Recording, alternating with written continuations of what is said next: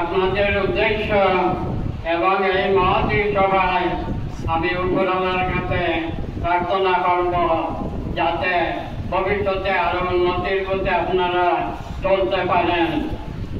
আমি অতিশয় গরিবের ছেলে। আমার মা দেখিতে দান করে আমাকে শিক্ষিত করেছে। আমি মানুষের গরুর পালা এবং রুয়া পয়সা দিয়া করছি। কিন্তু এই যে কষ্ট করেছিলাম তার বিনিময়ে আজ আমি চিরসুখী। আমার দুইটি মেয়ে চাকরি করে, আর একটি মেয়ে চাকরি পেয়েও চাকরি করে নাই। কাজেই আজ আমি চিরসুখী। আমি বিস্তারিত আলোচনা করতে যাব না। আপনারা সবাই উপরওয়ালার কাছে প্রার্থনা করবেন আমার জীবনটা যেন চির সুন্দর এবং এইভাবে সবের সঙ্গে মেলামেশা করে কাটাইতে পারি, এই বলে আমার বক্তব্য শেষ।